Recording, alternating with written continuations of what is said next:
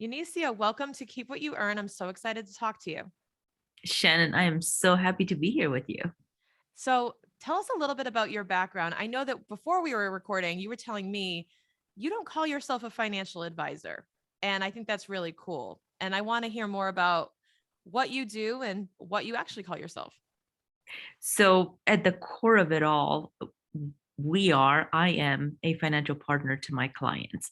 Think of me as, on a jokeful note, as the non financial advisor. And the only reason I say that is because advisor is kind of a synonym for consultant. In my prior life, I did strategy consulting. And so, because of my deep expertise in that area, one of the one of the things that I bring to the table that is unique to what I do is the ability to ask questions, and lots of them, in a way that's not threatening in any way, and in a way that builds that case for whatever it is that the client's trying to achieve. And so, because of the unique ability to ask questions and, more importantly, identify problems, it then gives us a much better opportunity to identify solutions, because solutions, whenever we're talking about money, are not just about where do we put our money, but there's so much more than that. They're a lot more strategic. There's a lot more conversations about business and what happens with the business, and the difference between the business and the personal finances, and the cross between that. And so, because of that expertise that I bring to the table, I'm uniquely equipped to work with those business owners and entrepreneurs that are really trying to scale their financial game. And you know what's interesting? I found that in this day and age, technical skill set is almost secondary to just trusting someone and just knowing that they've got your back and feeling like they're reliable. Would you agree? Absolutely. Absolutely. As a matter of fact, one of the things that I tell my clients is, it's not about the accolades. It's not about how many letters somebody has behind their names. On the contrary, sometimes you have to question that, because just getting an additional certification or going through an additional class does not translate into being out there on the battlefield, and seeing the good, the bad, and the ugly, and the situations that arise that frankly are not exactly textbook material. So tell me a little bit about how you got interested in financial concepts. I mean, very few of us grow up in like the fourth grade and say, "I want to be a financial advisor." Where did you decide that this was your forte, and what drove you into this profession? Well, it's a great question. Thinking back to my fourth grade, math Olympiads were kind of at the top of what I was doing at that point in time. I am not a math wizard by any stretch of the imagination, but I always loved strategy and logic, and anytime there's an ability to really like go deep into what the problem is, because if we do that, as I said earlier, it gets us on the other side of figuring out what the solution is in a much more meaningful way. As far as when I identified that I wanted to go into what I do now and into finances, I've always been in finances in some form or fashion. Back at the very, very beginning of my college career, I actually started down the path of accounting, and I found out that I was looking at numbers was wonderful, but I needed that environment where I was forced to think ahead. Looking at numbers is a unique skill set, and it's either we're looking backwards to see the trends, or we understand the trends and we're looking forward to try to understand what is it that we can do to circumvent potential negative trends.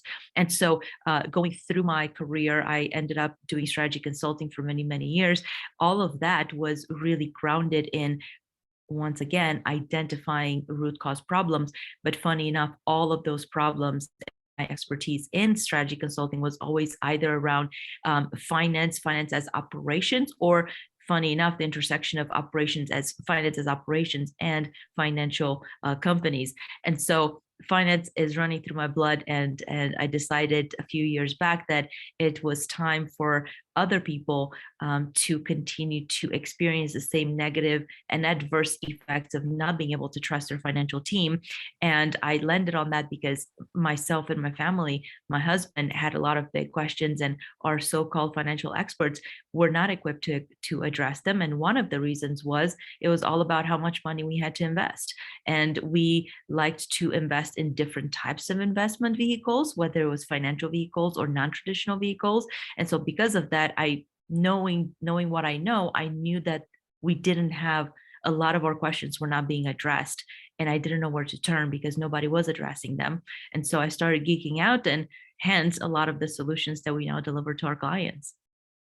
Awesome. And I think there's something to be said about, when you talk about trusting your financial team or your financial experts, there's something to be said about the fact that a lot of entrepreneurs, a lot of people who are seeking out that help really feel insecure around finances and just want to find someone who makes them feel like, okay, I can trust this person. They got this.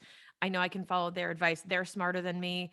And it's so easy for someone to get taken advantage of, or for someone in the financial realm to underdeliver because the expectations are different, or because the expectations are just this person knows more than me, therefore I listen to them.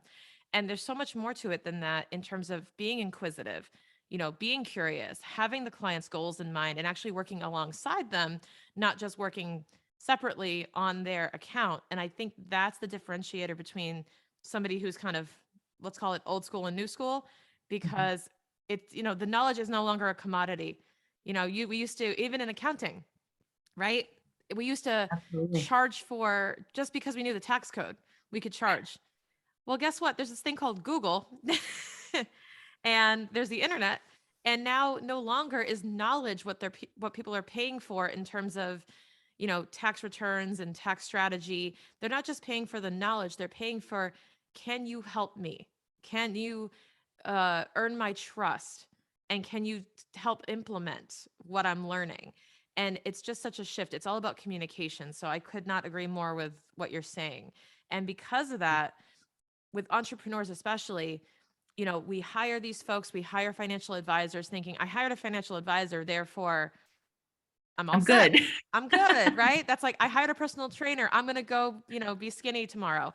I'm Uh, going to lose it totally. It's just going to happen, right? I'm going to put it's the book under my pillow and it's going to vicariously transform me. exactly, but habits are hard to break. And let's talk about that for a second. Entrepreneurs, let's say as a whole, generally cannot hold on to their money. And it's really difficult. And I will say this, I work with a lot of online coaches. And as a former accounting student, you know exactly what I'm going to talk about, which is they make a ton of revenue.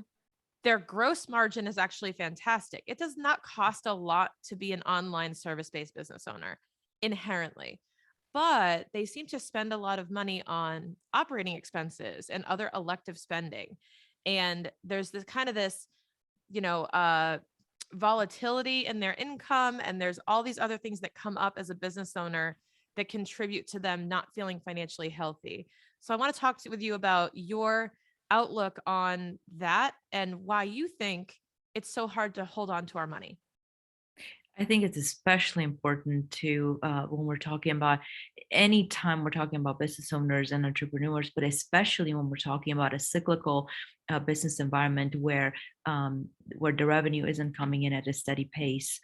It's important for individuals to really take a step back to figure out what is it that first and foremost they need to do, not only to make sure that they have the proper funds in their business to carry them for some amount of time, but also on a personal note. And a big part of that, it really goes down to how do we pay ourselves? How do we make sure that the business gets paid? But this is not just about the business, it's how do we pay ourselves too.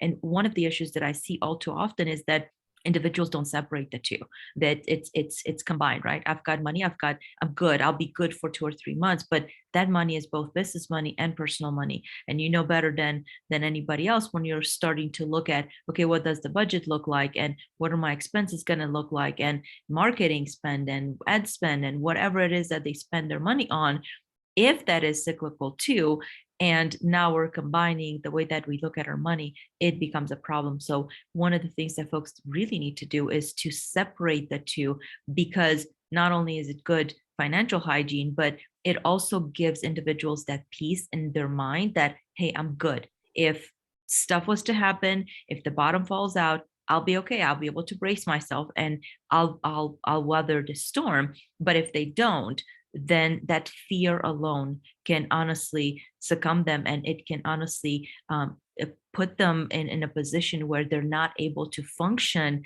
where at the level that they should function to make the business a success, a continued success. Fantastic. Yeah, I agree completely. You guys know that I've been preaching separate your business and personal since day one of this podcast. I think I've tried to mention that in every episode pretty much. Um, hey, if you hear it multiple times, maybe it will sink in, right? Maybe this is the time. But if it hasn't sunk in already, it definitely should sink in, because Yeah. I'll tell you, Shannon, I was that person. And for me, when I made the transition from corporate, being an executive in corporate America, as a leader there, I made a lot of money. And funny thing is, money comes in, money comes out. It doesn't matter. What I tell clients is, it doesn't matter how much money you have or how much money you make. If you make $100,000, congratulations, you're doing great. But for the person that makes $1 million, their spending cycle, or their overall distribution of how they spend their money, is very much the same. That pie of the debt to the personal to the, it just gets bigger and bigger. And so if we don't separate it, if we don't go through the motions of making sure that we have that ability, and that we're not in a position to be comfortable with where we are financially, it's going to end up hurting us in the long run. I totally agree. And I have this saying that I used that was more money doesn't make you richer or make you hold on to more money by making more money. It's trying to out exercise a bad diet.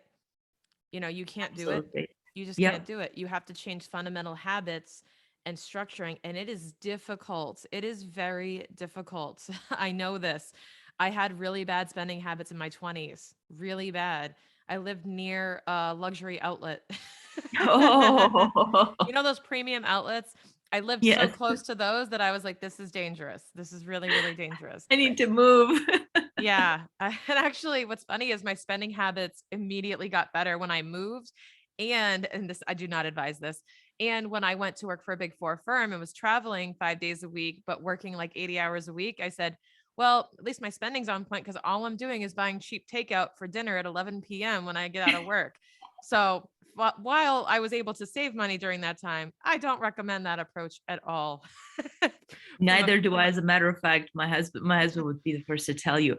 I traveled extensively in strategy consulting, and Chicago and New York were my ultimate culprits, because you can buy a lot of leather goods, especially winter leather goods, but boots and coats and a lot of different things that, frankly, they're not as prominent in Atlanta. And anytime I would travel to those cities and my husband would know that I went shopping, he automatically knew that Nordstrom is great at delivering home. And oh, by the way, even taxes get taxed differently. So because where we live, the taxes were lower oftentimes, sales taxes. He was very happy, but his question would always be, what's the damage? And one time I made a pretty large purchase in New York, and I told him, I said, the damage is there. I'm sure you're seeing it already. Just don't ask any questions.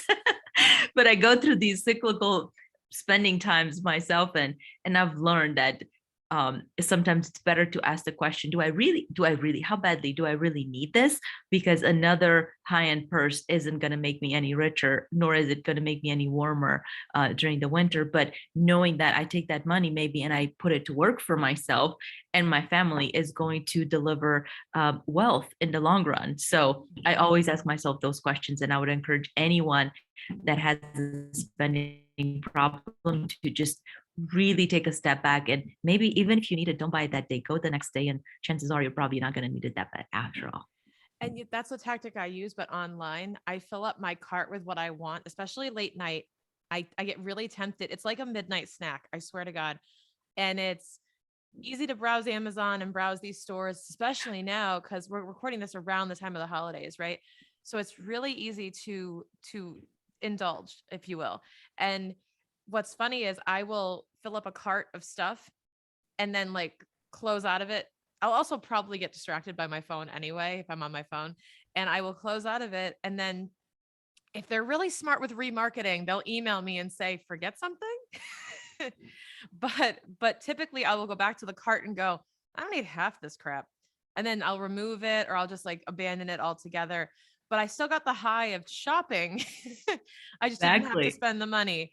And Exactly. it sounds like such a silly thing to do, but it actually kind of works because it gives me that instant gratification of like feeling like I'm shopping, even though it feels like wasted time at the end of the day. Because you have to understand your own habits. You have to understand what makes you tick and what triggers you. And for me, if I'm bored or if I see a need for something, I might actually forget that I already have. This has happened. I forgot I already had that pair of leggings that I actually really wanted, and embarrassingly bought a second pair. And I'm like, I gotta take inventory before I do this, because I was Well, traveling so much. I didn't remember what I had in my closet anymore. a funny story on that specifically. I had forgotten that I had some very nice Bose head canceling, noise canceling um, earmuffs, right? Hmm. And my husband's like, Why are you shopping for earplugs that are noise canceling?" And I said, "Well, because I just really want to make sure that I'm like I need that quiet. I'm at the point where I think the more we see, the more quiet we need at certain times." And he said, "But you already have a pair." And I said, "I do." He said, "It hasn't been that many years since you traveled extensively." And so, yeah, sometimes we do forget, and it's good to maybe just do that winter or that spring cleaning is going to be important for a lot of folks, because you never know what you find in those closets. Hmm. Very true. So, so shifting gears back to, let's talk about for entrepreneurs. I think we can parallel this back into business as well, because I think there's a lot of times where we can tap into our existing resources without, you know, investing in another coach or another thing or another, I feel like we add on and find excuses to spend money thinking it's going to pay us back in an investment. But you have to be super cognizant of timing, cash flow, you know, when the ROI will come back to you, when you're going to, and what is required of you to make the ROI happen. And that's the biggest thing is I see people investing all the time in costs that won't be realized, like the benefit won't be realized until they take action, they go implement, but then they may never do it. I mean, look how many people are selling and buying online courses that never get viewed. And just buying the course doesn't mean that you've absorbed all of the knowledge, right? You have to put the work in. 100%. One, Shannon, you are so on point in that it's just it's surreal. It gives me the goosebumps because one of the things, even in just us working with our clients, um, most of what we do is really focused around that one-on-one consulting, but there are materials that the individuals have to consume depending on how we work together. Either they can listen to me talk and we're in a room together and we bang it out and we get the concepts in there, or they listen to something in recording. And one of the things that I found, exactly like you said, is if individuals don't invest the time themselves or in themselves, it's a moot point. Don't spend your money.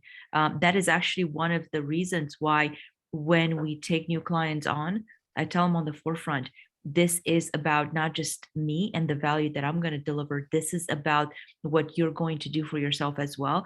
And it has to be a two-way. Because if somebody tells me, oh, I just can't do that, then we'll try to find creative ways. But if they're not invested in how they work together personally, we will not even accept them as clients, because exactly what you said, they end up spending money on some course, or they end up working with someone and somehow, some way, there's a cost associated to it. They don't do the work, and then it automatically becomes somebody else's fault, right? Oh, well, it's so and so's fault because I paid them and I didn't get the results. Well, you're not going to get the results unless you do the hard work. And it's definitely a catch 22, but it also speaks on a personal note as well, just the same way.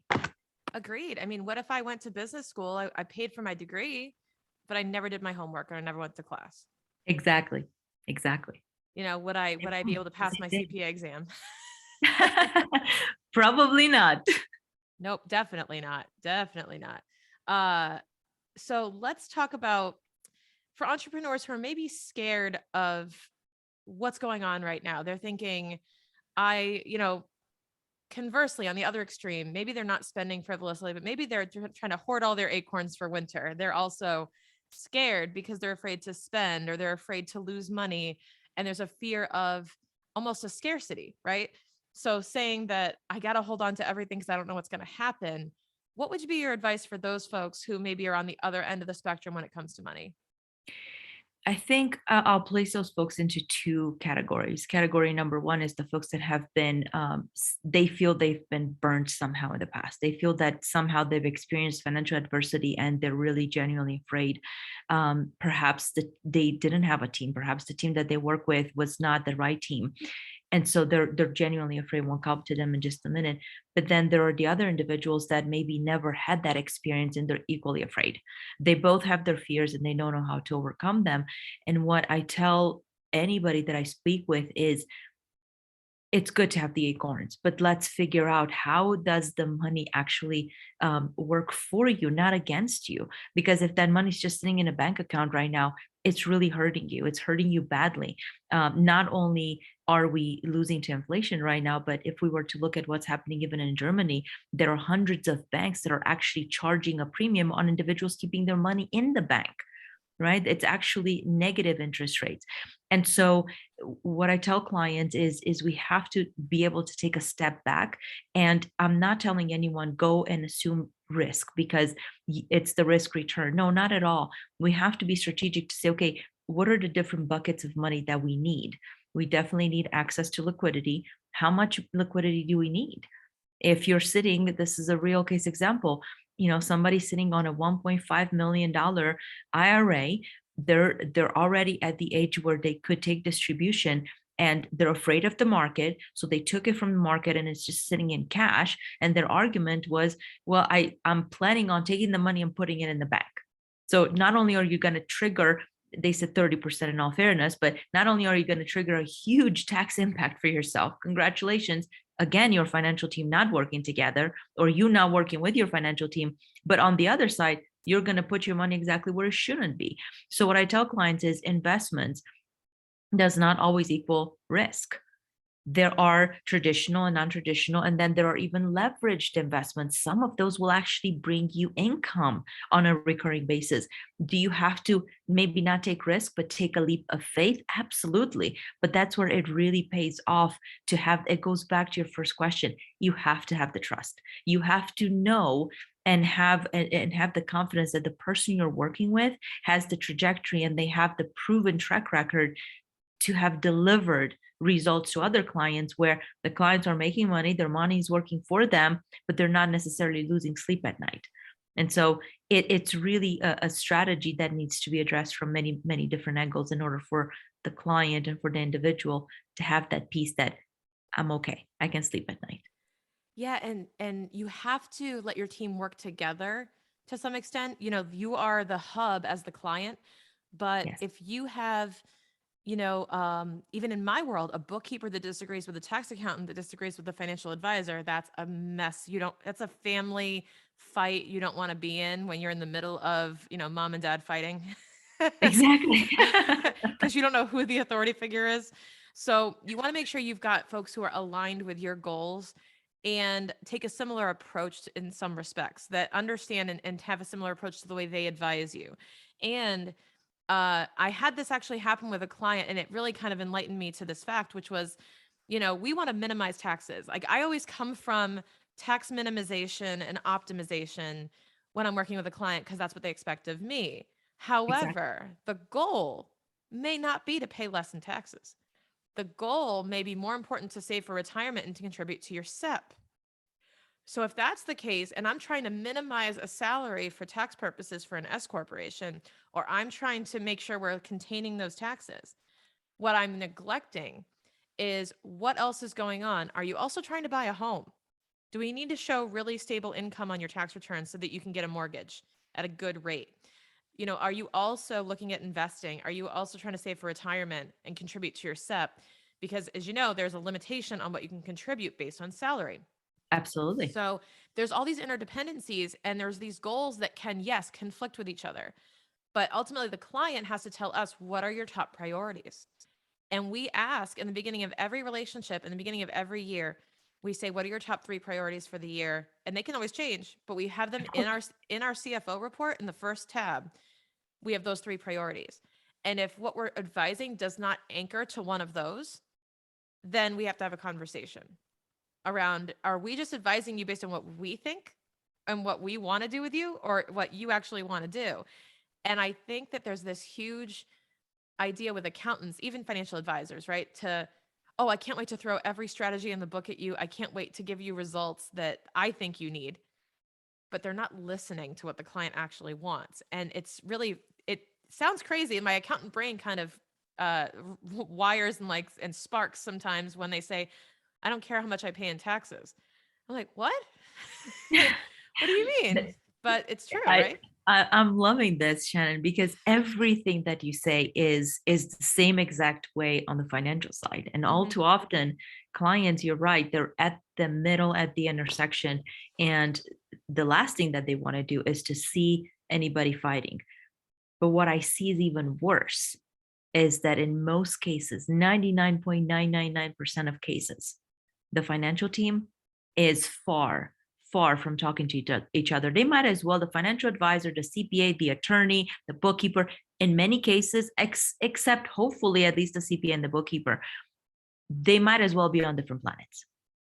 Why? Because incentives are different. Because the financial advisor wants to make sure that the money's invested. The bookkeeper and the CPA are going to, in many cases, be focusing on the taxes. But even just taxes alone, it's the taxes that we paid this year or for last year, and then it's going to be the taxes that we're going to pay in retirement. And way too often, what I see happening, especially with high earners, whether it be business owners or executives, is they have this misconception that they have to minimize their taxes now because down the road they're going to be paying less in taxes. And it was a very enlightening conversation with one of my clients, super successful business owner, and he made that statement to me last year. And I said, have you really looked at your financials? Have you looked at your overall portfolio lately? And he said, well, I have. And I said, have you looked at the assessed income between you and your wife in retirement? He said, not really. I said, well, I encourage you to do so, because if we don't figure out, we're constantly focusing on the taxes now, taxes now, taxes now. But what about the taxes later? And he said, well, yeah, I started, I know that taxes are projected to go higher and nobody can tell how high they might go.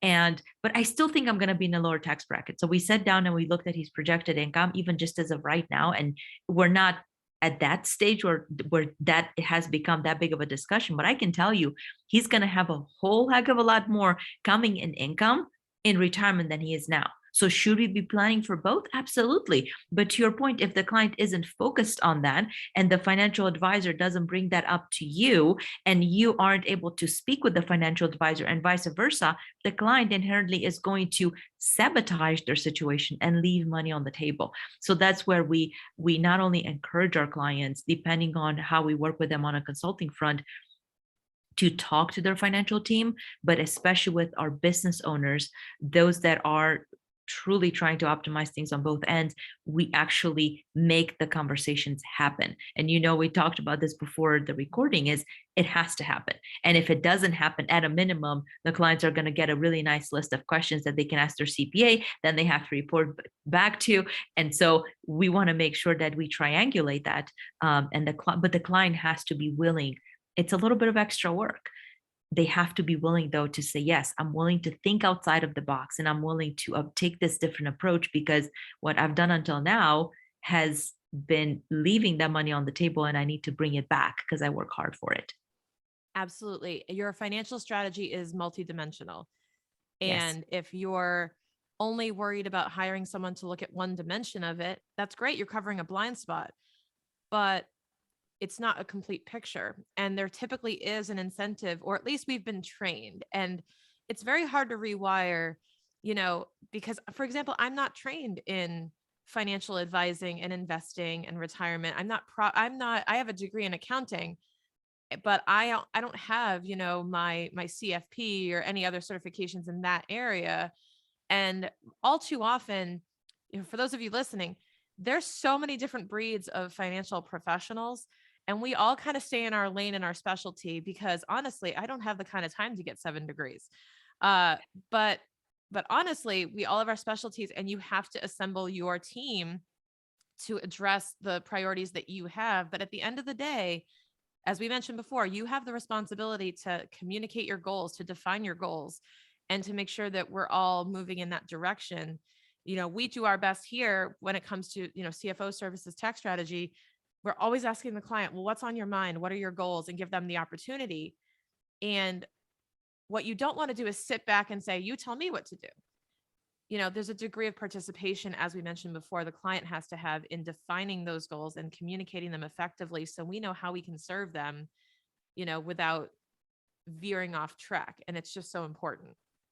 Just like you, Shannon, are having the conversation with the clients, we do too on our end, because I've run into people, and when I look at the financials of the individuals, or the wealth accumulation of the individuals that have just said, I just want somebody else to do it for me. I just want somebody else to do financials for me and the investments and all that. My argument is they can do it for you. But just like, would you trust your baby? If you had a baby, would you just trust somebody else to just raise it for you? Probably not. It's the same thing with money, but it's a hard discussion to have. And one of the things that I tell my clients is, talking about the team, you have to be working with someone like Shannon. You have to be working with somebody like us, like myself, where we as a financial team are open minded and are willing to have that discussion. Because guess what? Oftentimes individuals stay in their individual lanes because they don't get paid. There is no compensation for those lanes to cross.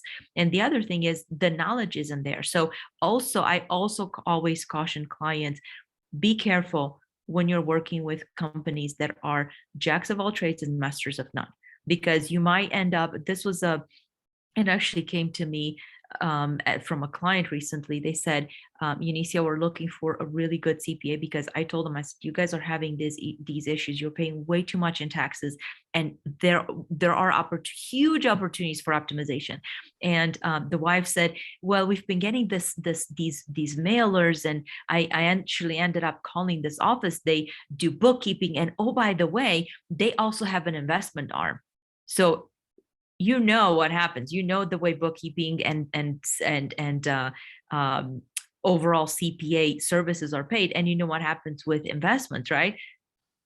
That company wasn't in the business of bookkeeping or CPA services. It was in the business of, how do we bring that money in? And so what I tell my clients is, be cautious and think about who is truly on your team, because it's not just about making it easy. It's about making it smart, and it's about having the right people that have the smarts talking to each other. Or your financial team, if you have someone on your team that may not be geeking out on a specific area of the tax code, that's okay, because between your CPA and your financial advisor, that intersection will come. And oh, by the way, you should not displace anybody. On the contrary, that additional resource that you have now needs to come into the fold, and you just need to make sure that you have your tabs on what's happening with your overall strategy. Not to mention, you grow your value exponentially of these services by having synergy. Because I can tell you that there was actually a strategy session I had with a lawyer the other day for a client, a lawyer that I know. We sat down, we went through the strategy, and there were so many different, well, did you think about this? What do you think about this? And it was a tug of war that was actually really fun. Because if I was given permission to go and map out an entity structure for a client, I would have done it a very specific way for tax optimization. The Right. lawyer comes in and says, but this is the requirement from a legal perspective. And having to put our heads together and come up with the optimal strategy that make both of us happy was actually a really fun puzzle. And it was really interesting because it made both of us better professionals by learning the tricks of the trade of the other one. And I learned a ton about, oh, I didn't know you could not do that. And he learned, oh, I didn't know you could, an S corp couldn't have an LLC as an owner. Like, it's all of these different elements that make us better professionals, and we welcome it. So we say, please get us involved in those conversations.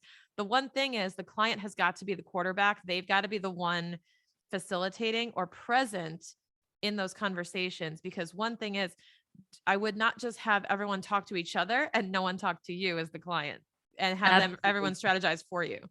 Absolutely, which is exactly the reason why we do what we do. Right. Shannon, you asked me at the very beginning, what is it that makes us different? That is precisely what you said is what makes us different. Because if we just pass the ball onto the client side, the client is going to get overwhelmed.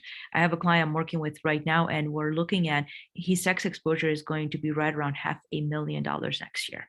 And He's been working with a CPA that is truly among the better ones in the Atlanta area, and the situation was some of the contracts that the CPA knew about through collaborations with other companies are heavily audited at this point in time because they were taken advantage of. We know what happens, right? When everybody flocks to the same thing and we try to kind of keep stretching the rubber band, it creates a problem. And so what we did in working with the client is we started engaging some strategic partners that geek out on specific areas of the tax code because, well, I knew that I wasn't hearing it from the CPA, nor for the client, nor from anybody else. And so it was actually last week, I had a conversation with the CPA and we were just talking and talking and talking. And the CPA said, well, yeah, and there are all these companies that are doing this, doing these tax credits and these tax credits and these tax credits. And my eyes just opened up big and I couldn't help myself. And I said, would you mind if I ask you, how come client so-and-so has not, you haven't already had the conversation with him? And the response just baffled me. The response was along the lines of, you know all too well, Eunicia, it's like herding cats, right? Because everybody does the same thing. The client's in the middle. The client is going to absolutely break down because it's too much information. They don't understand it. And they'll just be like, you know what, whatever. I'll pay extra in tax. I'll pay extra in taxes. And so what we found is that we need to bridge that gap, especially for successful business owners, because otherwise, guess what? You're going to end up leaving a tip on your taxes. You're going to end up not investing your money and your money's not going to be working for you because it's going to just be sitting in the bank or under the mattress. And the problem is going to continue to propel forward and your losses are going to be compounding instead of your wealth growing. Absolutely. So you have a fantastic resource, which is the financial pitfalls that we can avoid. Now, I want to hear from you a couple of wealthy habits. So on the positive side, can you share with our listeners a couple, maybe three, key wealthy habits that you would recommend if they want to take an actionable step away from today's episode? What can they go do to move on this path forward towards financial freedom, financial happiness? One of the things that just pops in my head is specifically because of the time of the year that we're in, we're getting ready to ramp up for tax season, right? Is go back and have a conversation with your CPA. Go back and have a conversation with the person that's doing your taxes and ask them the tough question, whether it is December or it is during the year. What more can I do to be saving on taxes? And then consequently, when you're working with your financial advisor, as an example, ask them the question, hey, would you be willing to talk to my CPA or vice versa? Asking those questions is going to absolutely put money in your pocket. I guarantee it. And you're going to be kind of in that top 10%, let's say top 5% of individuals that actually care about what it is that you're doing. The other thing that I will tell you as a guiding post would be, anytime, especially for business owners and entrepreneurs, anytime you're doing something on the financial side, be cautious who you ask for guidance.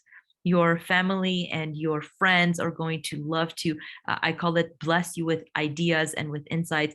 But frankly, oftentimes, if you were to look at their own bank accounts or if you were to look at what they've amassed in wealth, chances are is not sitting all that well. So are they the people that you should allow to influence you, to put fears into your mind? Probably not. Again, this is where you want to make sure that you rely on your financial team. And then the last thing that I would tell you is, try to sit down, if you don't already have someone that you're working with, and try to think about your goals. Where is it that you even want to end up, right? And don't be afraid to do that. It might seem like a scary process. It might seem like something that you don't want to take on, but it's okay. As a matter of fact, it's more than okay. It's recommended, because if you start going through that process, as hard as it's going to be, it's going to raise additional questions in your mind. And if you don't already have a financial team on your end, or even honestly, if as a business owner you don't have someone helping you with your taxes or with where your money is growing, you should, because otherwise it's going to be, you're going to perpetuate the same problem over and over again. So start thinking about where you want to get to, start laying down a list of questions, and be okay to ask them of someone. Just professional, someone professional, start asking the questions, and don't be afraid to allow new questions to come into your mind. And don't ever think of, oh my God, this is such a stupid question. There are no such things as stupid questions unless you don't ask them. Because if there are questions in your mind today, there are going to be 20 questions in your mind in a year from now, and you would have lost a whole year of trajectory. Yeah, there's several hands clapping in my head, just going, yes. Like the only stupid question is the unasked one. And that is so key. And I want to layer onto that and say, yes, we have to go talk to our tax professionals. We have to ask these questions. And I actually challenge you, if you don't have a tax professional, and even if, and I'm going to kick myself for saying this because you're going to do it to me if you guys hire me, is walk up to the table before you hire an accountant and ask those questions, and use that as a gateway in an interview to figure out who a good professional is to work with. Because go on several first dates and see who you click with. Because if you walk up to them and you ask them, how can you save me money in taxes? And here's the dead giveaway and a red flag. If they are defensive, or they give you a little bit of a tone, like, what do you mean? That's also kind of it's kind of a red flag for me. I love it when clients ask questions, because it also tells you how they could be or come across as annoyed if you're asking questions, and therefore discourage it. I want someone to work with someone who is going to encourage all that behavior and make them feel engaged. And please take advantage of these types of questions and what Eunicia is talking about, to really vet the people that you're working with and expect a high degree of service to serve you, not just putting you through the cookie cutter method that they've been churning out. And that's what's really, really important. Um, I want to, Huge. Oh my oh, gosh, huge, Shannon. I just want to interject here for a second, because go for last it. night I was at a board of directors meeting, and one of the big things that came up was this idea that we live in a world where just because we're conducting business virtually, that there is no more white glove service, and it's just everybody's going through the ringer. And I could not agree with you more. Make sure that wherever you're getting your services, whether it be on the financial side, or it be on the tax side, or it be on the legal side, or it be whatever that somehow touches your money, make sure that the service that you're receiving is in alignment to what you're trying to accomplish. If it feels like a cookie cutter and it's not customized to you, take what Shannon said as a guiding post. If your butterflies tell you, this is not right, it probably isn't right. And you don't have to settle for it either. No, you And don't. so I want to ask you my 3 rapid fire questions, because I would love to hear your answers to these. And then let's hear about how folks can get in touch with you and learn more about what you're doing. So, number 1, Eunicia, what is one investment you currently can't live without?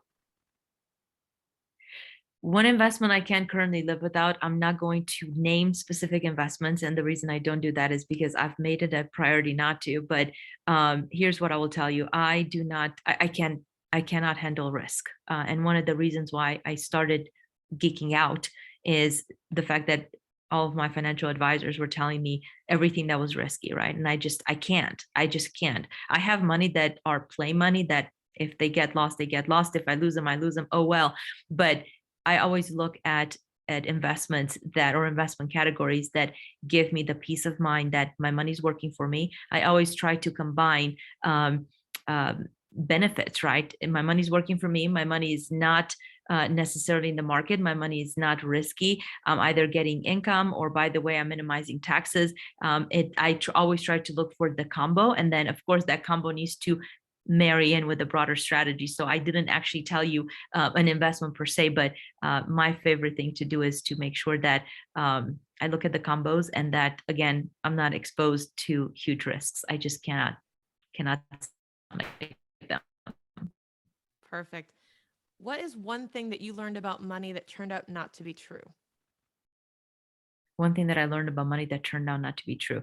Mhm. Um, that just making more money is not going to set you, and we talked about this earlier, is not going to set you free financially. The more money that you make, the bigger your toys, the bigger the nicer the vacations, the more expenditures you're going to have with your company, not necessarily because you need to, but because you're imposing that on yourself. And so the more money you make, the more you should be thinking about how much more can I be paying myself versus just allowing expenditures to creep up on you. And finally, Eunicia, what makes you feel like a millionaire? Waking up every morning and knowing that I've done the right thing for myself, knowing that that I've answered the questions for what was it that I was trying to achieve, knowing that from a tax perspective I'm optimized, knowing that I'm at the place that makes me feel comfortable, and that I where I can sleep at night without the fear of what's going to happen. And also knowing that even personally, I too have a financial team that surrounds me, people that I ask and I bounce ideas off of all the time in terms of what it is that I'm trying to get to, and I'm trying to minimize in terms of risk, etc. And so that is one of the other big things that just helps me feel content, and helps me feel like more than just a millionaire per se, more in the multi-millionaire. My kids talk about billions at this point, but it's very, very important to me. Love it. And tell our listeners, how can they find you, learn more, and get in touch with you? What do you have to share with our group today? Absolutely. So they can find me anywhere on social media under Eunicia Peret or the Empowered Financial Planner. And of course, our website, www.empoweredfinancialplanner.com. And for those of you that are wanting to kind of break free from maybe what you've known, if you're ready for your rubber band to be stretched a little bit more, I would encourage you to check out the 5 financial pitfalls that everyone should be avoiding. Some of them may surprise you. They're actually very easy to implement, but nonetheless, people just don't think about them. And you can find them at theempoweredfinancialplanner.com/pitfalls. And we will have all of those links in the show notes for you to make it super easy to just click on them and go implement. Thank you so much, Eunicia, for coming on the show and for sharing all your wisdom with us. It's been a great conversation. Shannon, it's been my pleasure. I'm so enjoying hearing that you're having very similar approaches to what it is that you do in helping your clients. And it's been a pleasure being here and adding value to your tribe. Absolutely. Thank you, everyone. And I'll see you next episode.